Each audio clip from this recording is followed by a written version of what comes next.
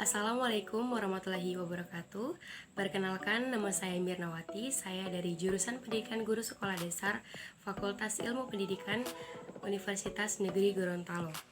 Pada video kali ini saya akan menjelaskan bagaimana pengimplementasian kurikulum darurat COVID-19.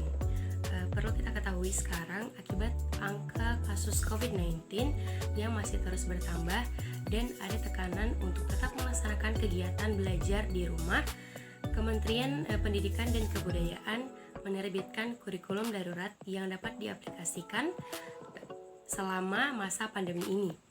Nah, dia menyatakan langkah pemerintah untuk menerbitkan kurikulum darurat ini perlu diapresiasi dan diharapkan bisa mempermudah kegiatan belajar mengajar atau KBM yang dilaksanakan secara jarak jauh. Dan pada video kali ini juga saya akan menjelaskan beberapa hasil wawancara saya terhadap guru, orang tua, dan juga siswa mengenai pembelajaran jarak jauh. Jadi yang pertama untuk wawancara kepada guru, teman-teman bisa menyaksikan pada video berikut ini. Bisa diperkenalkan Ibu namanya? Ya, nama saya Isdania Jafar. Saya guru di Madrasah Ibtidaiyah Al-Falah. Saya guru kelas 4 dan saya mengajar semua pembelajaran atau saya mengajar pengetahuan umum. Ya, terima kasih. Selanjutnya saya ingin menanyakan Ibu, dalam menghadapi pendidikan jarak jauh ini kan sekarang kan COVID-19. Ya. Dalam menghadapi pendidikan jarak jauh ini, kendala atau kesulitan apa yang Ibu hadapi dalam mengajar atau memberikan pelajaran kepada siswa? Ya, kalau saya itu sebagai wali kelas 4, saya sangat mengalami kesulitan dalam mengajar karena tidak tatap muka secara langsung, hanya melalui pembelajaran daring. Itu pun banyak wali santri atau anak-anak yang orang tuanya belum punya HP Android. Jadi saya harus kunjungi dari rumah ke rumah untuk mengantar materi pembelajaran. Iya. Selanjutnya Ibu, bahan ajar atau teknologi seperti apa yang biasanya Ibu gunakan dalam pembelajaran daring ini? Biasanya menggunakan HP Android pengiriman data melalui data. Sejenis Zoom atau sejenis WA? Iya, hanya melalui WA karena hanya ada 1-2 orang anak yang mempunyai HP Android. Jadi hanya itu yang diberikan pengiriman tugas atau materi melalui WA. Ya. Selanjutnya Ibu, bagaimana cara Ibu menilai setiap siswa? Kan di sini sudah berlalu 1 semester kan. Bagaimana cara Ibu itu menilai atau memberikan nilai kepada siswa pada saat pembelajaran daring saat ini? Untuk pembelajaran daring, setiap materi yang saya berikan, kemudian ada tugas hanya ada beberapa nomor saja itu tugas, itulah nilai yang saya ambil untuk persiapan untuk semester nanti. Oh ya, baik, seperti itu Ibu. Ini yang terakhir Ibu, apa hal positif yang Ibu dapatkan selama memberikan pembelajaran daring atau selama COVID-19 ini? Dalam pembelajaran daring dalam masa pandemi saat ini, positifnya anak-anak alhamdulillah sudah bisa mengotak-atik HP melalui atau membuka pembelajarannya melalui WA. Oh iya, terima kasih Ibu. Terima kasih banyak atas wawancaranya Ibu. Ya, itulah hasil video wawancara saya kepada seorang guru, yakni Ibu Isdania Jafar. Beliau merupakan guru sekaligus wali kelas Sekolah Ibtidaiyah Al-Falah Gorontalo. Beliau di sini mengatakan bahwa kesulitan yang dialami oleh guru pertama, guru tidak dapat memastikan semua muridnya dapat belajar dengan baik. Mengapa? Karena tidak semua siswa atau tidak semua murid beliau itu memiliki HP Android atau HP yang baik untuk pembelajaran daring. Yang kedua adalah meskipun ada murid yang memiliki HP, murid tersebut ada kalanya tidak hadir atau sulit untuk masuk dalam jaringan atau masuk dalam ruang pembelajaran daring. Dan dari kesulitan tersebut, sekolah beliau di sini memberikan solusi. Yang pertama adalah modul. Modul itu yang diadakan pemerintah, yakni modul tersebut diantar ke rumah-rumah siswa agar siswa dapat lebih mudah lagi untuk melakukan pembelajaran. Modul tersebut adalah merupakan bahan ajar yang dapat mempermudah siswa. Dan yang kedua di sini solusinya yakni diadakan pembelajaran luring, di mana siswa-siswa yang rumahnya berdekatan atau siswa-siswa yang tidak memiliki HP Android dapat berkumpul di salah satu rumah siswa dengan jumlah siswa 10 atau 15 orang. Di situ ada satu guru yang memberikan bahan pembelajaran atau pembelajaran selama COVID-19 ini. Itulah hasil dari wawancara saya kepada guru. Berikutnya di sini saya juga mewawancari orang tua siswa tentang bagaimana pembelajaran daring selama ini atau pembelajaran selama COVID-19 ini. Untuk lebih jelasnya bisa teman-teman lihat pada video berikut ini. Sebelah saya sudah ada orang tua siswa, bisa diperkenalkan namanya Ibu. Assalamualaikum warahmatullahi wabarakatuh. Nama saya Nining Saleh, sebagai orang tua anak Dari nama anaknya nama Fairuz Afdal Humide, kelas 3 Madrasah Ibtidaiyah Al-Falah. Ya baiklah Ibu, tentang seputar saya akan menanyakan tentang pembelajaran daring, seputar pembelajaran daring ini, kendala apa saja yang dialami oleh Ibu sebagai orang tua siswa tentang pembelajaran daring ini. Kendalanya seperti apa? Seperti anak saya ini tidak mempunyai HP.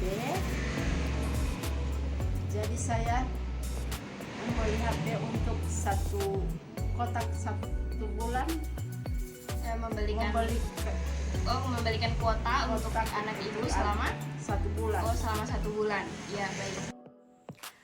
Ya, itulah hasil video wawancara saya kepada orang tua siswa.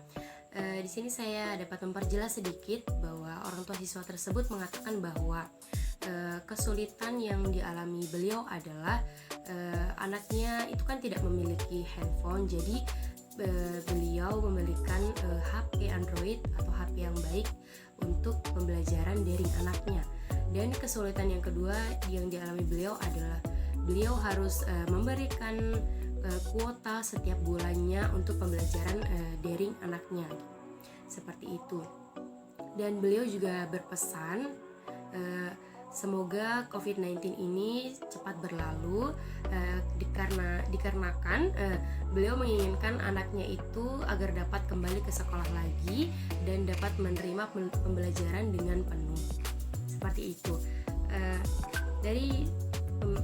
Dari video tersebut juga di sini saya mewawancarai siswanya juga, mewawancarai beberapa siswa. Jadi teman-teman untuk lebih jelasnya bisa lihat pada video berikut ini. Saat ini saya akan mewawancarai seorang siswa. Siapa? Perkenalkan namanya. Sekolahnya di mana? Madrasah Ibtidaiyah Al-Falah, Kelas berapa? kelas 4. Saya akan mewawancarai Mutia ini tentang perkembangan dia selama belajar berapa bulan yang lalu selama pandemi COVID-19 ini. Jadi kakak akan menanyakan kepada Mutia apa Yang diajarkan oleh guru. Ya. Terus perasaan Mutia gimana sih kalau saat ini kan belajarnya tuh di rumah ya, belajarnya tuh tidak tatap muka, tidak bersama teman. Perasaannya gimana? Bosan nggak di rumah atau ada perasaan lain ketika belajar di rumah? bosan dan tidak punya teman. Terkadang tidak mengerti apa yang dikirimkan juga. Nggak mengerti apa yang dijelaskan atau dikirimkan oleh guru. Terus untuk Mutia sendiri, apa enaknya belajar daring dengan apa tidak enaknya belajar daring di rumah? Enaknya belajar daring apa?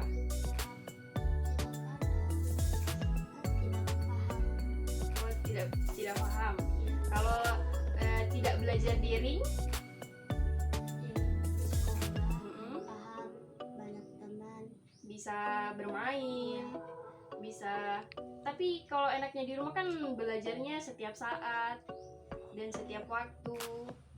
Terus menurut Mutia, apa kesulitan yang Mutia sering alami ketika belajar daring? Kehabisan kuota Ya, dan tidak bisa melihat tugas yang dikirimkan. ya. Terus untuk Mutia sendiri, Mutia sudah paham nggak sih tentang pembelajaran daring? Daring kan menggunakan teknologi seperti handphone gitu. Mutia bisa menggunakan handphone itu nggak untuk belajar daring? Tidak. Tidak. Jadi Mutia itu harus diajarkan oleh guru atau orang tua sendiri. Oh, jadi untuk sekarang pembelajarannya daring seperti apa? Untuk sekarang, Seperti itu sudah mulai lebih baik. oke, lebih baik. Terus sudah ada perkembangannya seperti apa? Adakah belajar kelompok? Kan sudah memasuki era new normal. Iya, sudah ada pembelajaran kelompok Setiap hari. setiap hari pembelajaran kelompok. Iya. Oh iya, baiklah. Terima kasih untuk adik Mutia untuk wawancaranya. Ya, itulah hasil wawancara saya kepada salah satu siswa, yakni adik Mutia. Adik Mutia ini sekolah di Ibtidaiyah Al-Falah Gorontalo. Di sini saya mewawancarai atau saya akan memperjelas sedikit. Adik Mutia bilang bahwa pembelajaran daring ini sedikit menyulitkan dikarenakan ia belum memahami apa materi yang diberikan oleh guru tersebut. Karena fokus anak sekolah dasar itu kan hanya beberapa saat. Setelah dari pembelajaran panjang, mereka akan tidak fokus lagi atau akan tidak meresap materi-materi yang sudah dijelaskan oleh guru. Adik Mutia juga menginginkan sekali bahwa pembelajaran tatap muka segera diadakan atau segera kembali lagi seperti itu. Karena dia sangat ingin bertemu dengan teman-temannya, belajar bersama. Menurut dia pembelajaran yang tatap muka itu lebih mudah dipahami karena dapat belajar bersama teman-teman dan juga bisa melihat gurunya menjelaskan seperti itu. Dan kesimpulan saya ya, bagi saya untuk guru itu seharusnya mengerti mengenai proses pembelajaran melalui daring ini ya. Apalagi saat pandemi saat ini, pembelajaran itu dilakukan di rumah lebih dari satu semester lebih. Ketika guru memberikan tugas seharusnya menjelaskan contoh terlebih dahulu. Itu menurut saya. Jika pembelajaran tersebut melalui via Zoom atau via Meet ya, pada aplikasi-aplikasi pembelajaran daring, ketika proses belajar daring, siswa juga sulit bertanya kepada guru apabila ada soal yang kurang dipahami seperti itu, karena gurunya juga kan terlalu sibuk untuk menjelaskan, atau karena ada murid yang malu untuk bertanya.